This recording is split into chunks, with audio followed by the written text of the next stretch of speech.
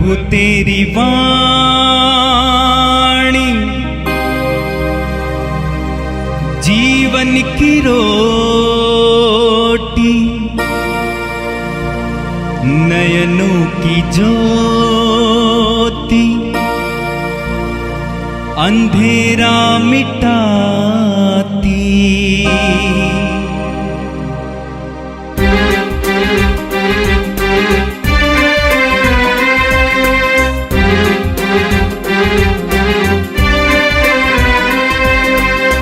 प्रभु तेरी वाणी जीवन की रोटी, नयनों की ज्योति, अंधेरा मिटाती।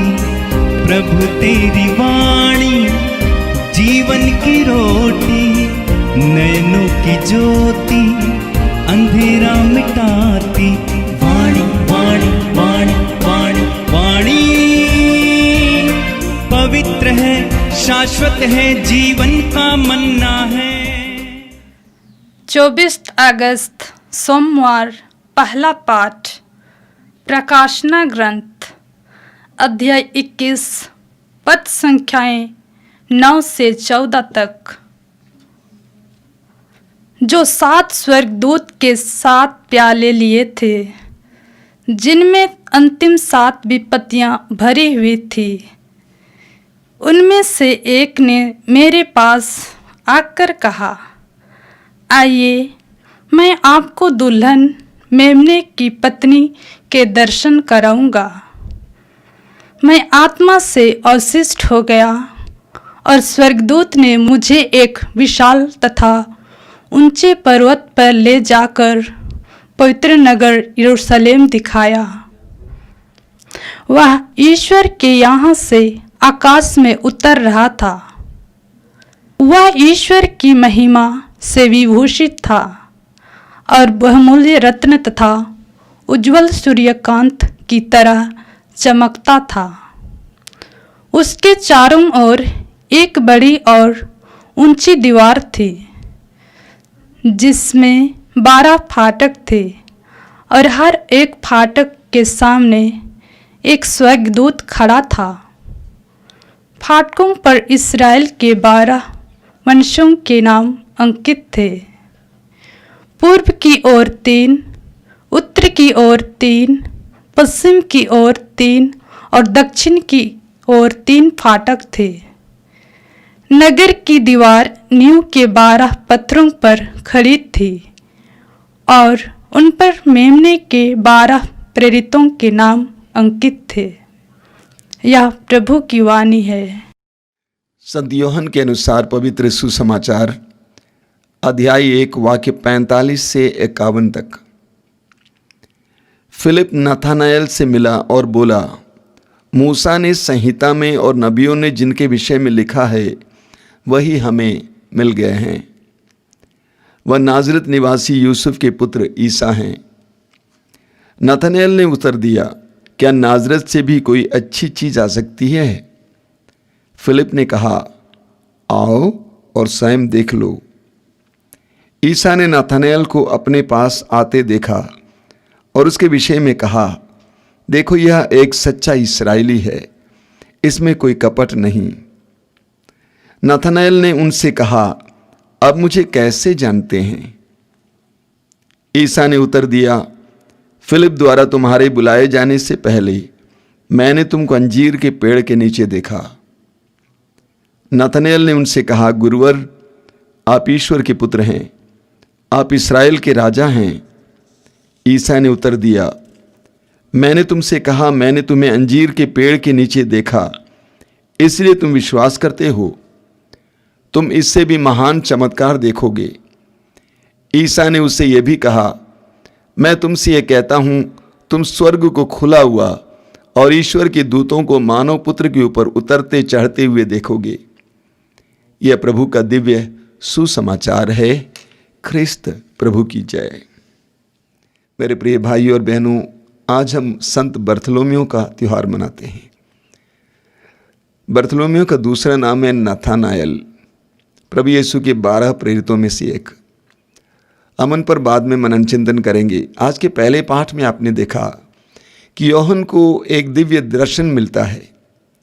स्वर्गदूत यूहन्ना को मेमने की पत्नी या मेमने की दुल्हन दिखाते हैं। उन्होंने कहा कि हम तुमको मेमने की दुल्हन, मेमने की पत्नी को दिखाएंगे, और उन्होंने नवीन यरूशलेम को दिखाया जो अलंकृत था। ये मेमना कौन है? प्रभु यीशु। यीशु को मेमना कहा गया है। हम पढ़ते हैं यूहन्ना के सुसमाचार के अध्याय 1 में उसके वाक्य 27 और 29 में यूहन्ना बपतिस्ता प्रभु यीशु को ईश्वर का मेमना कहते हैं। पहला पेतरुस अध्याय 1 वाक्य 19 में पेतरुस कहते हैं कि प्रभु यीशु वो निर्दोष मेमना है। पूरे नए विधान में बार बार हम यीशु को मेमने के रूप में देखते हैं या मेमना कहा जाता है यीशु। और ये मेमने की पत्नी कौन है? नवीन यरूशलेम। ये नवीन यरूशलेम क्या है? कलीसिया। कलीसिया को प्रभु यीशु की पत्नी या दुल्हन बताया जाता है। यही कारण है संत पौलुस एफेसियों के पत्र के अध्याय 5 में जब दंपतियों के बारे में, पति पत्नी के रिश्ते के बारे में, वैवाहिक जीवन और परिवार के बारे में समझाते समय संत पौलुस पति पत्नी के रिश्ते की तुलना यीशु और कलीसिया से करते हैं। जिस तरह यीशु कलीसिया के लिए अपने आप को अर्पित किए, उसी तरह पतियों को बताया जाता है कि अपनी पत्नियों के लिए अपने आप को अर्पित करना, अपने आप को बलि चढ़ाना। जिस तरह यीशु कलीसिया को पवित्र करते हैं, उसी तरह पतियों को बताया जा रहा है कि आप अपनी पत्नियों के लिए पवित्रता का कारण बने। तो पति पत्नी के रिश्ते को कलीसिया और यीशु के रिश्ते से तुलना की जाती है। तो प्रभु यीशु की पत्नी है कलीसिया। हम पढ़ते हैं प्रकाशना ग्रंथ के अध्याय 19 में कि मेमने के विवाहोत्सव के बारे में। मेमना प्रभु यीशु हैं, कलीसिया कौन है? आप और हम। जब आपका बपतिस्मा हुआ या पहली बार आपने यीशु को अपने प्रभु और मालिक के रूप में स्वीकार किया, उस समय आपका यीशु के साथ विवाह हो गया।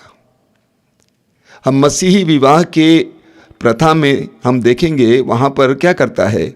वर वधू के हाथ को लेता है और कहता है, दुख में सुख में जीवन पर्यंत मैं आपका जीवन साथी बना रहूंगा। वधू भी कहती है, वर का हाथ लिए, दुख में सुख में जीवन पर्यंत मैं आपकी जीवन संगनी बनी रहूंगी। ये रिश्ता है। एक विश्वासी का प्रभु के साथ भी ऐसा ही रिश्ता है। पत्नी पति के रिश्ते की तरह हमने भी प्रभु को ग्रहण किया, स्वीकार किया है। हमने भी उनको जीवन पर्यंत स्वीकार किया है। दुख में सुख में हर अवस्था में यीशु मेरा जीवन साथी है, यीशु मेरा प्रभु है। पौलुस को सुनिए, रोमियों के पत्र के अध्याय 8 में पौलुस क्या कहते हैं? वाक्य 35 में, कौन हमें मसीह के प्रेम से अलग कर सकता है? कौन हमें मसीह के प्रेम से अलग कर सकता है? न तलवार, न भूख, न नग्नता, कुछ भी नहीं। एक गहरा रिश्ता, एक अटूट रिश्ता। आज के सुसमाचार में हमने संत बर्थोलोमेव के बारे में सुना, नाथानएल के बारे में सुना। संत बर्थोलोमेव या नाथानएल गलीलिया के काना नगर के निवासी थे। उनके बारे में सुसमाचारों में ज़्यादा पढ़ने को नहीं मिलता है, आज हमने पढ़कर सुना, लेकिन वह बहुत ही सुंदर है। वचन में हमने सुना कि फिलिप यीशु से मिले और फिलिप यीशु से मिलने के बाद सीधे अपने मित्र के पास चले गए। बहुत सुंदर है। इसी तरह हम अंद्रेस के बारे में भी पढ़ते हैं उसी अध्याय में।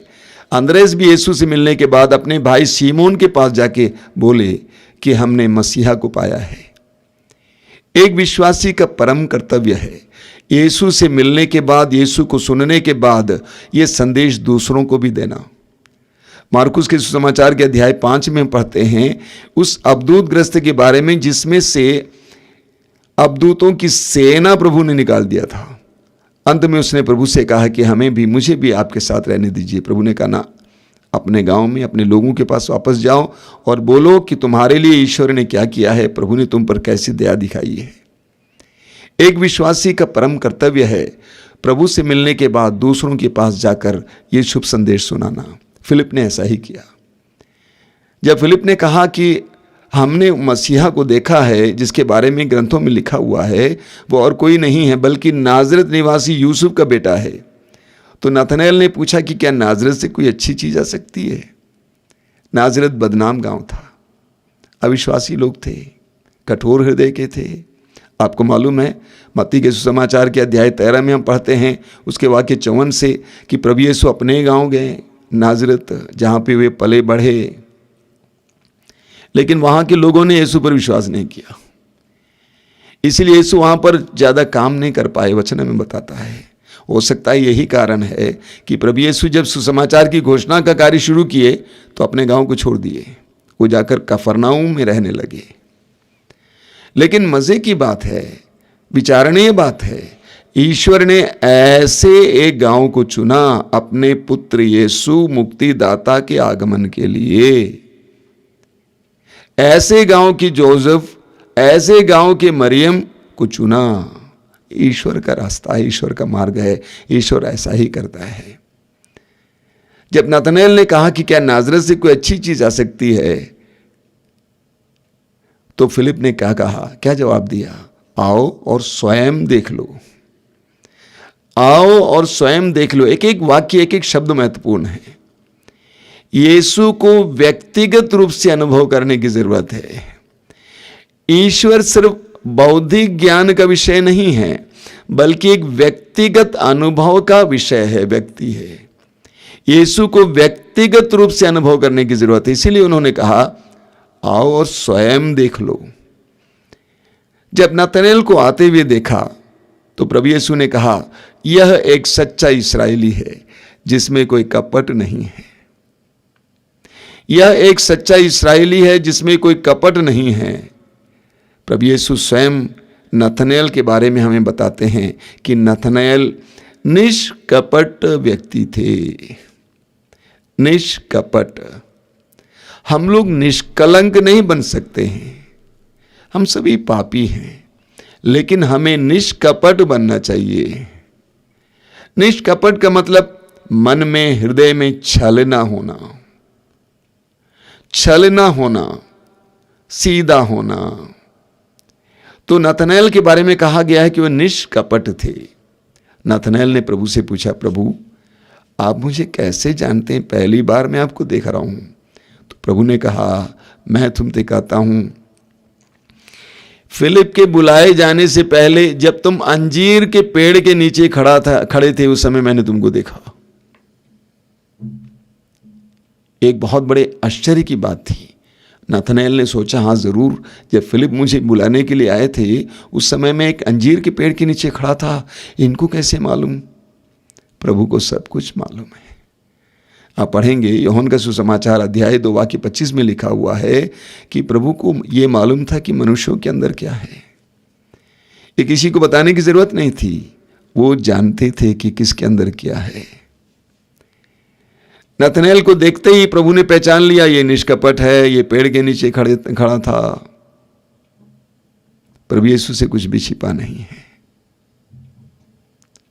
तुरंत नतनएल ने कहा आप ईश्वर के पुत्र हैं, आप ईश्वर के पुत्र हैं, आप इस्राएल के राजा हैं। शायद प्रेरितों में पहला प्रेरित जिसने यीशु को मिलते ही पहचान लिया वो है नतनएल। यीशु के ईश्वरत्व को पहचान लिया, आप ईश्वर के पुत्र हैं। क्या कारण है? वही कारण है निष्कपट, निष्कपट। मत्ती के सुसमाचार के अध्याय 5 उसके वाक्य 8 में प्रभु यीशु कहते हैं धन्य है वे जो जिनका हृदय निर्मल है, धन्य है वे जिनका हृदय निर्मल है, वे ईश्वर के दर्शन करेंगे। कौन ईश्वर के दर्शन करेंगे? जिनका हृदय निर्मल है। अगर हमारे अंदर छल है, कपट है, बैर है, विद्वेष है, तो हम ईश्वर का दर्शन नहीं कर पाएंगे, ईश्वर का अनुभव नहीं कर पाएंगे। ईश्वर के दर्शन करने के लिए, ईश्वर को पहचानने के लिए हमारे हृदयों को निष्कपट और निर्दोष होना जरूरी है। नतनएल ने यीशु को पहचान लिया, तुरंत यीशु को पहचान लिया। तो प्रभु यीशु ने उनसे क्या कहा? प्रभु यीशु ने कहा नतनएल मैंने तुमसे कहा कि अंजीर के पेड़ के नीचे खड़े हुए मैंने तुमको देख लिया, इसलिए तुम विश्वास करते हो। मैं तुमसे कहता हूं तो इससे भी बड़े चमत्कार देखोगे, इससे भी बड़े चमत्कार देखोगे। हां जरूर, नथनएल ने इससे भी बड़े बड़े चमत्कार देखा। आगे प्रभु ने उनसे कहा कि तुम मानव पुत्र के ऊपर स्वर्गदूतों को उतरते चढ़ते देखोगे, यानी तुमको स्वर्गीय अनुभूतियां मिलेंगी, यानी तुम्हारे लिए स्वर्ग खुला हुआ मिलेगा, क्योंकि उनका हृदय निर्मल था, वो निष्कपट थे। तुरंत नथनएल यीशु के शिष्य बन जाते हैं और वो 12 प्रेरितों में से एक हो जाते हैं। प्रभु यीशु का एक व्यक्तिगत अनुभव नथनएल को यीशु का शिष्य बना देता है। मेरे प्रिय बंधुओं, जब हमारा हृदय निर्मल होगा, निष्कपट होगा, हमें प्रभु का अनुभव मिलेगा। जब हमें प्रभु का अनुभव मिलेगा तो हम स्वाभाविक रूप से यीशु के शिष्य बन जाएंगे। इस दुनिया में बहुत सारे लोग यीशु को प्यार नहीं कर पाते, स्वीकार नहीं कर पाते, उनको मानते नहीं हैं, क्योंकि उनके दिल साफ नहीं है। जब हमारे दिल साफ हो जाएंगे तो हमें यीशु दिखाई देंगे, यीशु को हम समझ पाएंगे, और जितना हम यीशु को समझेंगे उतना ज़्यादा हम यीशु के पीछे चलने लगेंगे। सुनिए संत पौलुस क्या कहते हैं। संत पौलुस फिलिपी अध्याय 3 उसके वाक्य 10 में कहते हैं, मैं यीशु मसीह को जानना और उनके पुनरुत्थान के सामर्थ्य का अनुभव करना चाहता हूँ। यीशु के जानने के बाद वो कह रहे हैं, मैं यीशु मसीह को जानना और उनके पुनरुत्थान के सामर्थ्य का अनुभव करना चाहता हूं। जितना हम यीशु को जानेंगे उतना हम यीशु के पीछे चलेंगे। जितना कम हम यीशु को जानेंगे उतना दूर हम यीशु को अपने से रखेंगे। कुछ लोगों के लिए यीशु तो आसमान पर है, अभी तक यीशु उनके करीब नहीं आए हैं, ना ही वे यीशु के करीब आए हैं। नथनएल ने व्यक्तिगत रूप से यीशु का अनुभव किया और नथनएल यीशु का शिष्य बना जिंदगी भर के लिए। और नथनएल यीशु के शिष्य होने के नाते यीशु के लिए मरने के लिए भी तैयार हुआ। आज इस महान संत के त्योहार के दौरान हम लोग प्रार्थना करेंगे प्रभु से कि प्रभु हमें भी नथनएल की तरह निष्कपट बना, निश्छल बना। हमारे हृदयों में कितनी गंदगी है। प्रभु यीशु ने कहा, धन्य हैं वे जिनका हृदय निर्मल है, वे ईश्वर के दर्शन करेंगे। मैं मदर तेरेसा में एक सुंदर उदाहरण देखता हूं इसके लिए। उनका हृदय निर्मल था, स्वच्छ, इसलिए वो सबके सामने हंस पाती थी, मुस्कुरा पाती थी, सबको बराबर प्यार कर पाती थी। बड़ों को भी प्यार करती थी, धनियों को भी प्यार करती थी, गरीब से गरीब लोगों को भी प्यार करती थी। उनके दिल में कोई पूर्वाग्रह नहीं था, गलत धारणा नहीं थी। आज संत बर्थलोमियो नथनएल की मध्यस्थता द्वारा हम प्रभु से इसी के लिए प्रार्थना करेंगे कि प्रभु हमें भी निष्कपट बना, हमें भी निश्चल बना। आंखें बंद कीजिए, प्रार्थना करें। दयालु पिता, प्रभु यीशु के नाम पर हम प्रार्थना करते हैं, संत बर्थलोमियो की तरह हम भी एक पवित्र जीवन जी सके, निष्कपट हृदय रख सकते हैं। प्रभु यीशु तूने कहा है, डरो नहीं, मैं ही आदि और अंत हूँ। तू हमारे जीवन का आदि और अंत बन और तुझे ही अपने जीवन का सब कुछ माने। अपने हृदय को शुद्ध रखकर सदा तेरा सानिध्य महसूस करते हुए आगे बढ़ने की कृपा हमें दीजिए। प्रभु यीशु, इन वचनों को सुनने वाले एक एक भाई बहन को अनुग्रहित कीजिए, आशीर्वाद दीजिए। अंधकार की शक्ति दुष्ट आत्माओं से बचाए रखिए। संत बर्थलोमियो की तरह स्वच्छ हृदय, शुद्ध हृदय, निष्कपट हृदय का वरदान दीजिए।